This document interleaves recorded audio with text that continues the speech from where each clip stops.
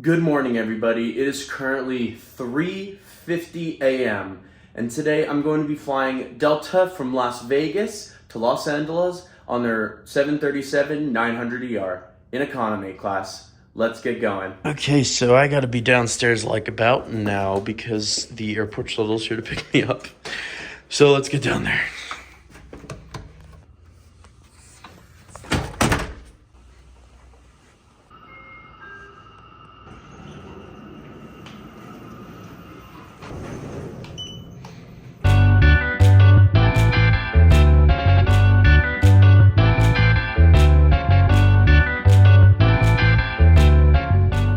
Good morning, everybody, from Las Vegas International Airport. I was not expecting the airport to be this busy. I know there are a lot of early morning flights, but I don't even think this is an international terminal.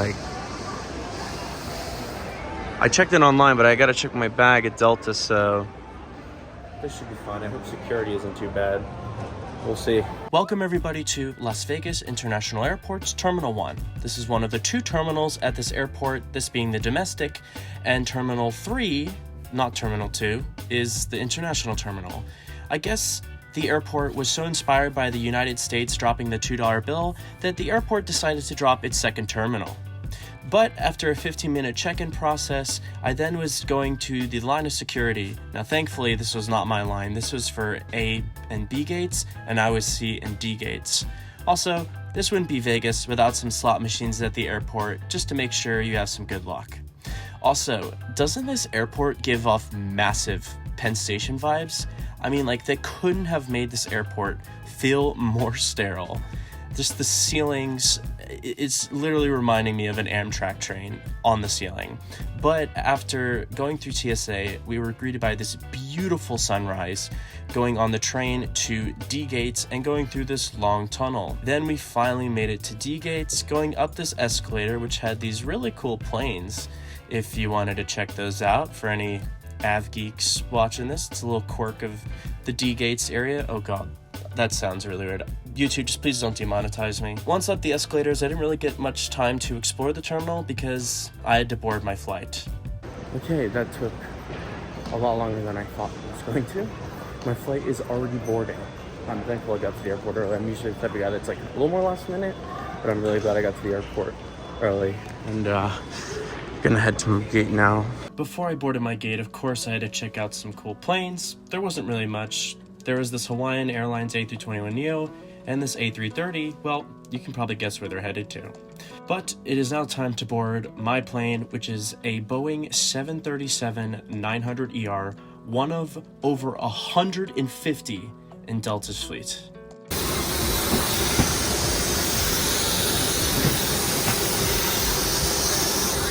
morning. How are you this morning? Good, thank you. Hello, how are you? Good, how are you doing?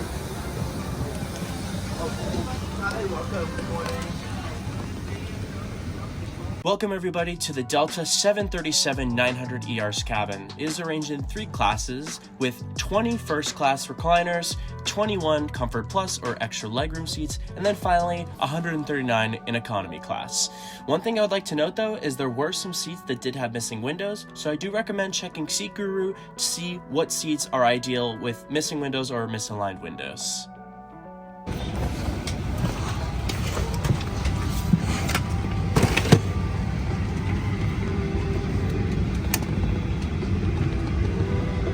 Okay, so this is the 737-900ER's bathroom. I'm actually doing this before we're in flight because it's only an hour flight and I don't really feel like getting up. The lavatories are pretty small and pretty limited. I mean, my shoulders basically can barely fit in here. The A220 by comparison, I think, has a way nicer lavatory, but this is not as small as the lavatory in the front of the aircraft.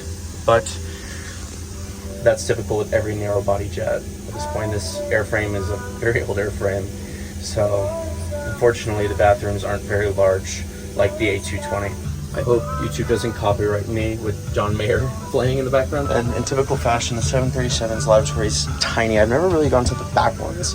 It is much better than the ones in the front of the plane, but the A220 is way nicer bathrooms than this. Okay, Spencer, we get it. You like the A220. I think you've told your audience like 5,000 times now.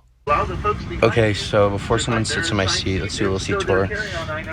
Good, decent storage, the IFE screen, and adjustable headrests, kind of.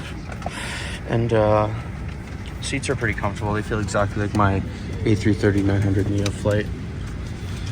Finishing off the seat tour, there were 2 powerlets for 3 people, so I guess you'll have to share. And yes, this cabin was retrofitted, but it wasn't very clean. I mean, just look at this tray table. I would not want to eat off of that. However, on the plus side, there were individual air vents, which I always praise airlines for. One thing though that I'm not going to praise is during takeoff and landing, almost like 90% of the flight's windows were closed during takeoff and landing and throughout the entire flight. And I get it because it was early morning, but at the same time, I'm not sure how that is towards people's safety. I talked to a flight attendant after, and he said that the FAA doesn't require this, but do you guys think it's a little bit of a safety risk, or do you think it's not that big of a deal? But because of that, the whole flight honestly put a really big sour taste in my mouth. Doesn't mean I'm not going to fly Delta again, but it was just an unfortunate situation, I guess. Well, I guess on that sour note, let's think of something a little bit more positive and enjoy this absolutely beautiful takeoff out of Las Vegas.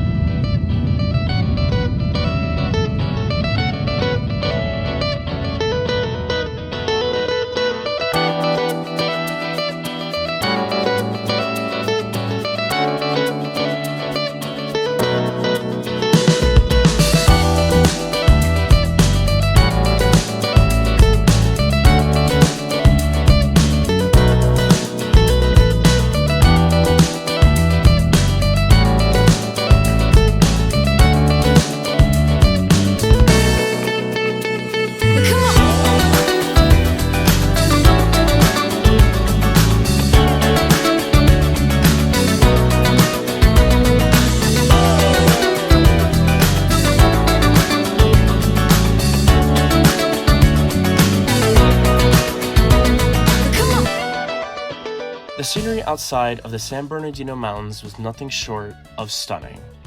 I really love the fact that in such comfort, I get to see this absolutely beautiful scenery outside my window, and this is one of the many reasons why I love flying.